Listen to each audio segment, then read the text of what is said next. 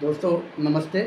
मैं कुमार सर्वेश आप सभी का अपने इस चैनल एफिकेसी क्लासेस में स्वागत करता हूं। आज हम माइक्रो इकोनॉमिक्स का एक टॉपिक शुरू करते हैं।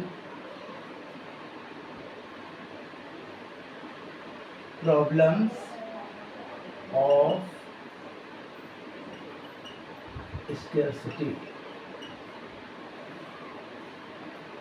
ज़ाहिर सी बात है कि हर एक इकोनॉमी में ये प्रॉब्लम्स रहती है कि जो संसाधन होते हैं वो सीमित होते हैं और उनकी जो दुर्लभता है वो पाई जाती है।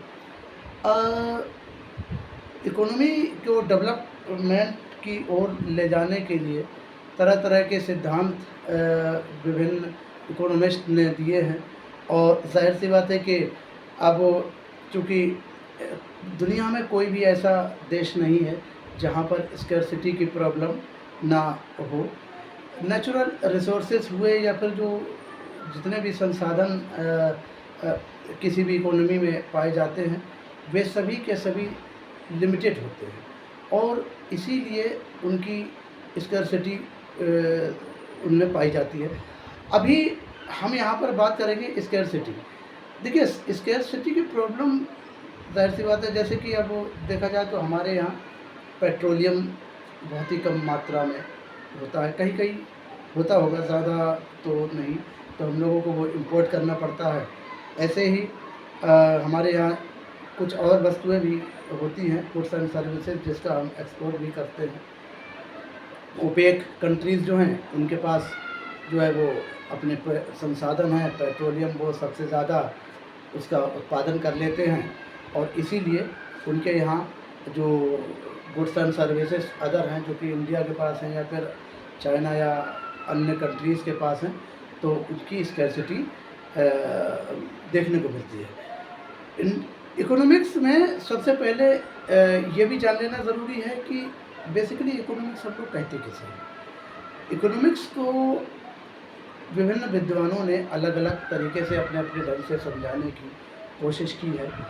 जो इकोनॉमिक्स होती है उसमें अगर एक सिंपल तौर पे अगर कहा जाए तो मानव व्यवहार की वे सभी आर्थिक क्रियाएं शामिल हैं जो कि उत्पादन, लागत,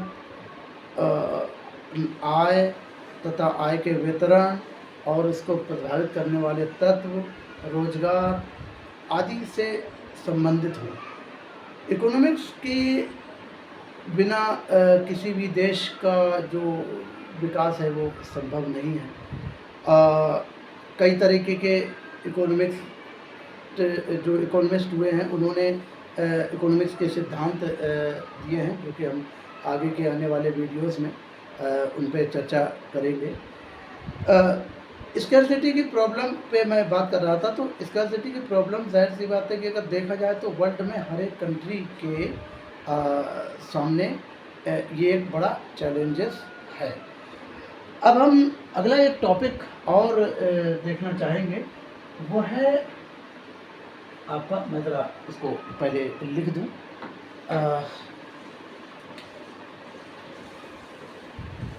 स्थैतिक तथा एक वर्ड यूज होता है प्रावैधिक।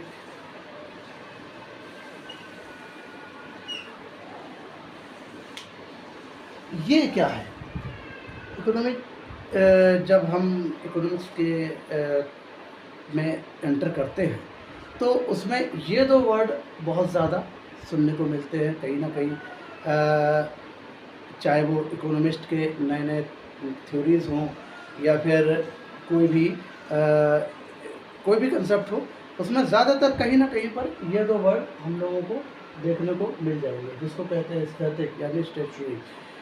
इसका मतलब होता है कि एक ऐसी सिचुएशन इकोनॉमी में जो कि जहाँ पर एक स्टेबिलिटी हो, लाइक के लोगों को रोज़गार भी मिल रहा हो, देश का डेवलपमेंट भी इकोनॉमी में हो रहा हो, और जो आय का वितरण है वो भी समान रूप से हो रहा हो, गुड्स एंड सर्विसेज के प्राइस भी उतने हों कि कंज्यूमर उसको वहन कर सके, और जनसंख्या जो पॉपुलेशन है उसका भी साइज एक लिमिटेड ही हो, जो कि वहाँ के कंट्रीज़ के जो जो रिसोर्सेज हैं उनके बैलेंस में हो, और जो नेशनल इनकम का जो पर कैपिटा इनकम है लोगों की, तो वो भी कहीं ना कहीं एक इक्वल वे में बैलेंस होनी चाहिए। इस तरह की जो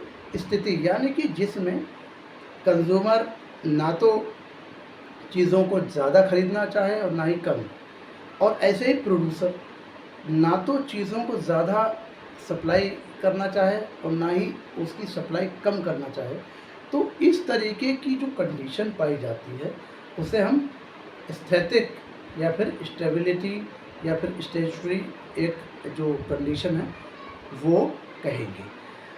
अच्छा, अब हम बात करते हैं डायनेमिक यानी प्रभावित कंडीशन ऑफ द इकोनॉमी।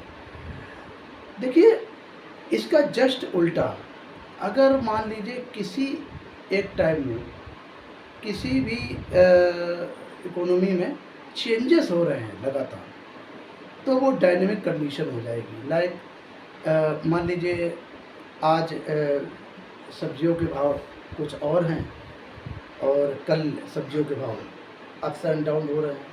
ऐसे ही अगर कहीं लोगों को एम्प्लॉयमेंट ठीक ठाक मिल रहा है, कहीं बिल्कुल नहीं मिल रहा, और कहीं अगर मान लीजिए गुड्स एंड सर्विसेज के जो प्राइस हैं वो बहुत ही कम है और कहीं जो है बहुत हाई है।